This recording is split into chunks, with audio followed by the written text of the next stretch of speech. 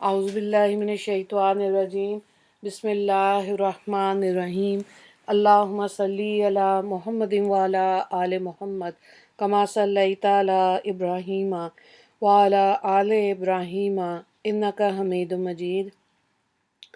अल्लाहुम्मा बारिक अला मुहम्मदिन व अला आले मुहम्मद कमा बारकता अला इब्राहीम व अला आले इब्राहीम इन्नका हमीदुम मजीद।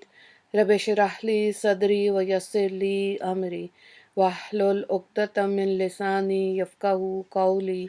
रब्बना ज़िदना इल्मा या मुक़ल्लिबुल क़ुलूब सब्बित क़ल्बी अला दीनिक। आमीन। सूरह अल बकरा, इसमें हम आयत नंबर 28 और 29 आज करेंगे इंशाल्लाह। देखें, कैफ़ तकफ़ुरून बिल्लाहि व कुन्तुम अमवातन व अहयाकुम सुम्मा युमीतुकुम सुम्मा युहयीकुम सुम्मा इलैहि तुरजाऊन। भला क्यों कर नाशुक्री करते हो अल्लाह के साथ, हालांकि तुम बेजान थे, सो तुमको जानदार किया, फिर तुमको मौत दी, फिर जिंदा करेंगे, फिर इन्हीं के पास ले जाए जाओगे। तो ये आयत में ये अल्लाह ताला का हुक्म है कि देखो तुम इंसान बेजान थे, अल्लाह ताला के इनामात की याद दहानी अल्लाह रब्बुल इज़्ज़त करवा रहे हैं।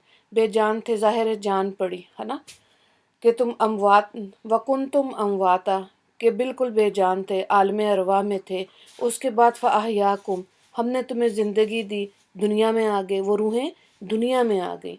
सुम्मा युमीतुकुम, अब जो भी लिमिटेड टाइम पीरियड है, वो जो तकदीर में लिखा हुआ जितना जिसने ज़िंदगी गुजारनी है, वो अपनी ज़िंदगी गुजारने के बाद युमीतुकुम, वो मर जाएगा। और वो कहाँ जाएगा फिर मरने के बाद? कब्र में। सुम्मा युहयीकुम, तुम्हें फिर उठाया जाएगा। अब कब्रें फटेंगी और इंसान हशर के मैदान में जाएगा, और हशर के मैदान से फिर उसको नामे अमाल मिलेंगे, और अपने अपने हिसाब किताब से या जन्नत है या जहन्नुम है पुलसरात के बाद। और फिर ये है सुम्मा इलैहि तुरजाऊन, कि वापस लौटना है। ज़ाहिर है इंसान ने अपने असल मुकाम की तरफ लौटना है। यही बात है कि आज साइंसदान भी कहते हैं कि इंसान जो है वो इस ज़मीन, इस प्लानट की मखलूक नहीं है, ये किसी और की मखलूक है। क्योंकि देखें, जिस तरह इंसान थकता है, मेहनत करता है, थकता है और आराम तलब है, तो वो इस दुनिया में की मखलूक नहीं लगता। ये उनकी एक थ्योरी है जो उन्होंने अपनी इसको एक्सप्लेन किया। लेकिन वाकई में अगर कुरान से देखा जाए तो अल्लाह ने हमें for the limited time period we are here. अब जो भी तकदीर में लिखी होगी, जिस कोई जवानी में चला जाता है, कोई जाएगा बुढ़ापे में, तो कोई बच्चे भी फौत हो जाते हैं। तो हमने अपनी वक्त गुजारने के बाद मेहनत करने, असल में तो मेहनत के लिए अल्लाह ने हमें भेजा है ना, कि मेहनत करो जन्नत के लिए। तो जो कोई आगाही लेगा वो एफर्ट करेगा, तो अल्लाह ने हमारी कोशिशें देखनी है, और उन कोशिशों का हिसाब किताब अल्लाह ताला लेंगे।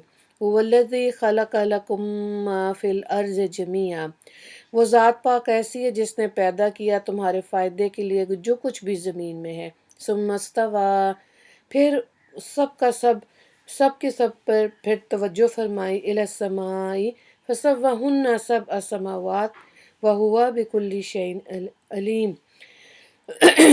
आसमान की तरफ सो दुरुस्त करके बना दिए इनको 7 आसमान, और वो तो सब चीज़ों को जानने वाले हैं।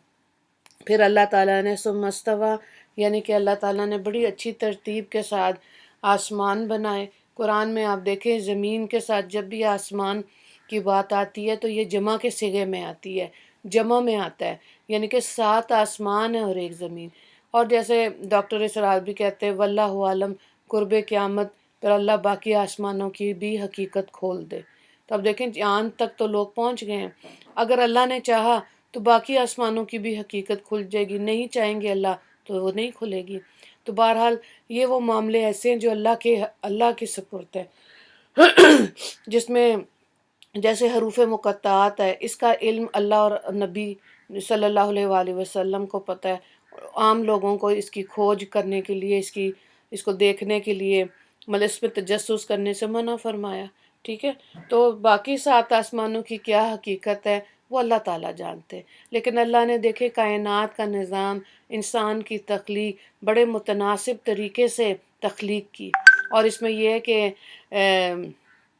انسان نے اسی تخلیق اور اپنی جو اللہ تعالیٰ نے انسان کو مرضی اور علم دیا ہے، اور یہ دو نعمتیں اللہ نے فرشتوں کو نہیں دی، پھر انسانیت کو علم و مرضی کے ساتھ ساتھ مسلمانوں کے لیے خاص طور سے یہ ہے کہ اللہ کی محبت اور ہدایت یہ اللہ نے ہر ایک کو نہیں دینی، یہ جو مانگے گا جتنی مانگے گا اس مسلمان کو ملے گی ہدایت بھی، اللہ کی محبت بھی۔ ہاں کچھ لوگوں کو اللہ کی طرف سے مل جاتی ہے گاڈ گفٹیڈ، لیکن پھر ان کے لیے اللہ تعالیٰ نے ذمہ داریاں بھی رکھی ہیں، جن کو دین کی سمجھ اللہ نے خود سے دی ہے، جیسے انبیاء ہیں ان کو جب دی ہے دین کی سمجھ تو ان کو ذمہ داری بھی ملی کہ مخلوق تک اللہ کا پیغام پہنچانا ہے، تو وہ اپنا کام جو ہے وہ انہوں نے اسی طرح سے کیا۔